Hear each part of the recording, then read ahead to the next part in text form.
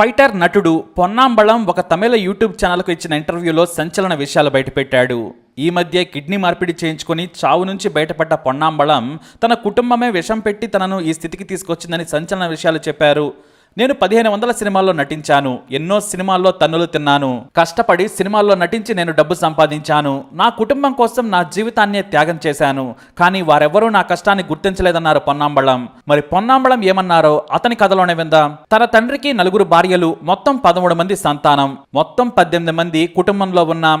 వారిలో 6 సిస్టర్స్ ఉన్నారు. అయితే మా పెద్దన్నయ్య కుటుంబంలో అందరినీ ఒకలా చూసేవాడు, నన్ను మరోలా చూసేవాడు. అందుకు మా అమ్మ కారణం కావచ్చు, లేదంటే ఇంకో విషయం అవ్వచ్చు. అయినా నేను పట్టించుకోలేదు.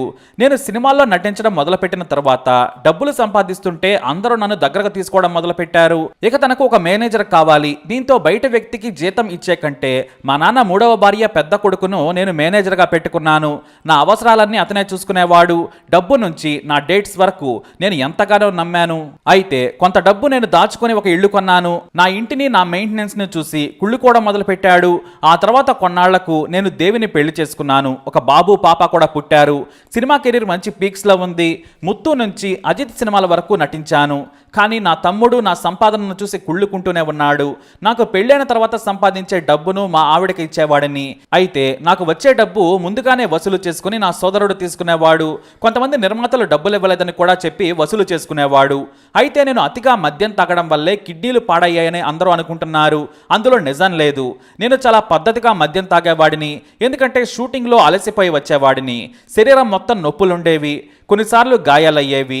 మరునాడు యాక్టివ్గా షూటింగ్కి వెళ్ళాలంటే కాస్త తీసుకుంటే తప్ప నిద్ర పట్టేది కాదు. పైగా సిగరెట్ అలవాటు కూడా ఉంది.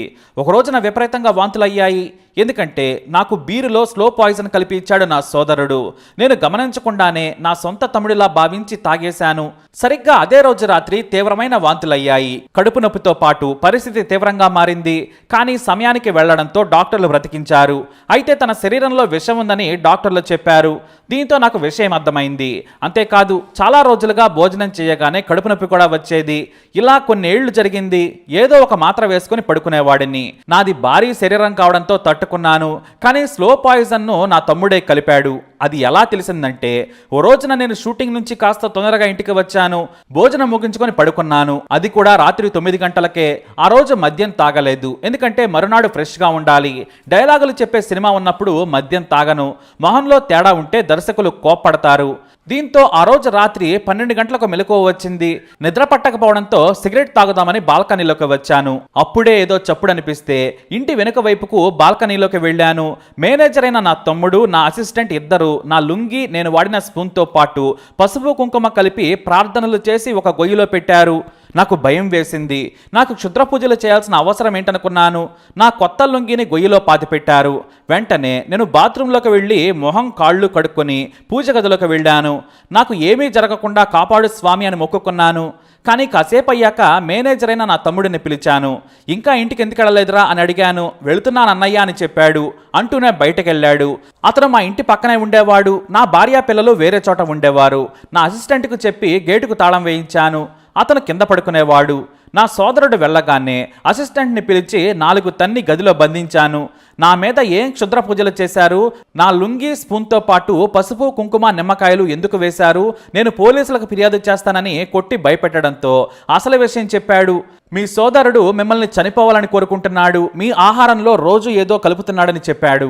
దీంతో నేను వెంటనే అదే రోజు నుంచి మా తమ్ముడిని పనిలో నుంచి తీసేశాను. అలా ఏడాది గడిచిందో లేదో నా కిడ్నీలు ఫెయిల్ అయ్యాయి. నేను నమ్మిన వారే అసూయతో నన్ను చంపాలనుకున్నారు. ఎందుకంటే నాకంటూ ఒక కుటుంబం వచ్చాక వారికి నా డబ్బు రాలేదనేది వారి కోపం. అందరికీ 10 ఏళ్లు సాయం చేశాను. అయినా వారికి తృప్తి కలగలేదు. నేను పెళ్లి చేసుకోకుండా జీవితాంతం వారి కోసమే బ్రతకాలనుకున్నారు. ఆ తర్వాత వారే నన్ను చంపాలనుకున్నారు, చావాలనుకున్నారు. అయితే దర్శకుడు జగన్నాథ్ నాకు కిడ్నీని దానం చేసి దేవుడిలా ఆదుకున్నాడు. జగన్నాథ్ నా సోదరి కొడుకు. అతను నాకు దేవుడితో సమానం అని చెప్పాడు పొన్నాంబలం. ఇక ఆరోగ్యం బాగాలేక డబ్బు అవసరం ఉందంటే ఎవరినైనా సాయం అడగాలనుకున్నాను. కానీ మీడియాలో వచ్చిన వార్తలు చూసి మెగాస్టార్ చిరంజీవి గారు మొదట సాయం చేశారు. ఆ తర్వాత రామ్ చరణ్ గారి భార్య నాకు చెన్నై అపోలో హాస్పిటల్లో కిడ్నీ సర్జరీ అని తెలిసి స్వయంగా ఫోన్ చేశారు. నా బిల్లులో 45 లక్షలను చెల్లించాల్సిన అవసరం లేదని చెప్పారు. ఎందుకంటే గొప్పవాళ్ళు ఎక్కడుంటారు? ధనుష్ నాకు ఫోన్ చేసి మరీ డబ్బులకు భయపడద్దని చెప్పారు. సర్జరీ చేయించుకో నేనున్నానన్నారు. శరత్ కుమారు, విజయ్, విక్రమ్ అందరూ నాకు సాయం చేసి బ్రతికించారు. హీరో అజిత్ నాకు మొదటి నుంచి అండగా ఉన్నారు. నన్ను అజిత్ సొంత అన్నలా చూసుకుంటాడు. అంత పెద్ద స్టార్ అయినా సరే అజిత్ తంబి అంటే అన్నా అని ఆప్యాయంగా మాట్లాడుతాడు అజిత్. నాకు ఎన్నోసార్లు ఆర్థిక సాయం చేశారు. శాలిని గారు కూడా ఫోన్ చేసి మరీ ఆరోగ్యం గురించి అడిగేవారు. అజిత్ కూడా అనారోగ్యం రాకముందు కూడా సాయం చేసినా ఎప్పుడూ బయటకు చెప్పుకోలేదు. అలా నేను కేవలం వారితో సినిమాల్లో నటించినందుకు నన్ను కాపాడుకుంటూ వచ్చారు. వారందరికీ నేను రుణపడి ఉంటానని కన్నీళ్లతో ఎమోషనల్ అయ్యాడు పొన్నాంబళం.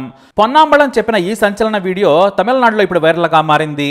పొన్నాంబళం మొదట స్టంట్ మ్యాన్గా సినిమాలో నటించాడు. ఆ తర్వాత కలియుగం అనే సినిమాతో 1988లో నటుడిగా కూడా మారాడు. ఒకప్పుడు కేవలం విలన్ పక్కన నిలబడి కనిపించేవాడు. కానీ చిన్న చిన్న డైలాగులతో సినిమా మొత్తం కనిపించేలా ఎన్నో పాత్రలు చేశాడు. ముత్తు లాంటి సినిమాల్లో మంచి కీ రోల్స్ చేశాడు.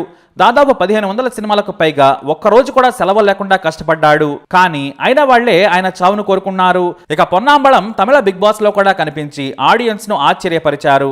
మరి ఇక నుండి ఆయన ఆరోగ్యంగా ఉండాలని కోరుకుందాం. మరి పొన్నాంబళం ఈ న్యూస్ పై మీ అభిప్రాయాన్ని కమెంట్ ద్వారా తెలియజేయండి.